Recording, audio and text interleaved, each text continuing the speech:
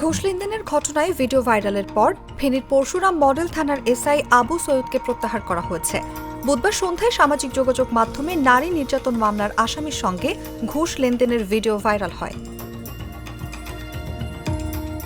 পান্না আক্তার নামে এক নারীকে পেটানোর অভিযোগে আব্দুস সাত্তার নামে এক ব্যক্তির বিরুদ্ধে মামলা দায়ের করা হয়। মামলাটি তদন্তে নেমে এসআই আবু সৈয়দ পরশুরাম বাজারের আব্দুস সাত্তারের বাসায় যান। তদন্ত কর্মকর্তা বাসার সিঁড়ির নিচে কথোপকথনের এক পর্যায়ে টাকা লেনদেন করতে দেখা যায় তাকে।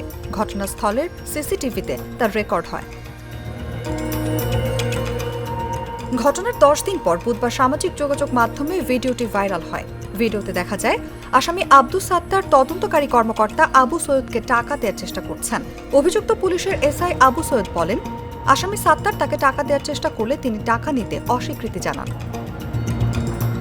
যদিও এসআইকে টাকা দেওয়ার কথা অস্বীকার করেন আব্দুস সাত্তার। পরশুরাম মডেল থানার ভারপ্রাপ্ত কর্মকর্তা মোহাম্মদ নুরুল হাকিম জানান, অভিযুক্ত এসআইকে তাৎক্ষণিক প্রত্যাহার করে ফেনী পুলিশ লাইনে সংযুক্ত করা হয়েছে। ভিডিও পর্যালোচনা করে তদন্ত সাপেক্ষে প্রয়োজনীয় ব্যবস্থা নেওয়া হবে। নিউজ ডেস্ক, জাগো নিউজ। সানবিট সব দিবে সামাল।